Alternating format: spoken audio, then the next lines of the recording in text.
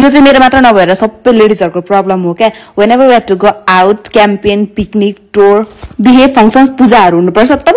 चाहिँ पिरियड हुनुपर्छ आइपुग्नुपर्छ यसलाई म चाहिँ हामी कालिन्चोक टुर गएको बेला पनि पिरियडमै थिए त्यही भएर म माथि कालिन्चोक मन्दिर पनि नगएको अस्ति धापधाम पिकनिकमा जाँदा पनि म पिरियडमै थिए अनि यसपाला साकेला हुँदा पनि म पिरियडमै थिए हिजो पनि टुप्लुक्कै आइपुग्नु भयो महारानी रातो रानी पिरियड क्राम्स नभए पनि बाहिर जान चाहिँ एकदमै अप्ठ्यारो हुन्छ कि लेडिजहरुलाई चाहिँ पिरियडमा लिकेज हुने हो कि यता लाग्ने हो कि चेन्ज गरिराख्नु पर्छ कुदेको गर्नुपर्छ टोयलेट होला नहोला नै प्रब्लम हुन्छ क्या तपाईहरु पिरियडमा के युज गर्नुहुन्छ tampon menstrual cup pad or period panty मैले चाहिँ आजसम्म प्याड ब्यागहरु के युज गरेको थिइन अनि लास्ट टाइम मलाई फ्लोइले पिरियड प्यान्टी पठाइदिनु भएको थियो अनि when I tried that मेरो लास्ट मन्थको पिरियडमा मलाई यस्तो सजिलो भयो कि यो पाली मैले आफैले अर्को मगाए किनकि दुईटा भएपछि त फेरफार हुन्छ नि त कस्तो राइट टाइममा अर्डर गरेछु के फ्लोइको पनि मनसुन सेल लागिरहेको for the first time 200 rupees of अनि मलाई पनि ठिक्क चाहिरहेको यसपालाको साकेला चाहिँ मैले फ्लोई सँगै नै एकदमै निर्धक्क ढुक्क मनाए क्या त्यसै पनि साकेलामा यति नाच्नु पर्ने यति गुफ्रिनु पर्ने गाउनु पर्ने जोश हुन्छ हैन यस्तो मेलाहरुमा अनि पब्लिक टोयलेट कस्तो हुन्छ थाहा नै होला यसो प्लास्टिकले बारेर बनाएको हुन्छ मैले प्याड लाउनु परेको थियो भने म जादिन पनि थियो होला कि मेरो रहरै मारेर बस्थ्यो होला इन्सिक्योर भएर कहाँ चेन्ज गर्ने भन्ने भएर क्या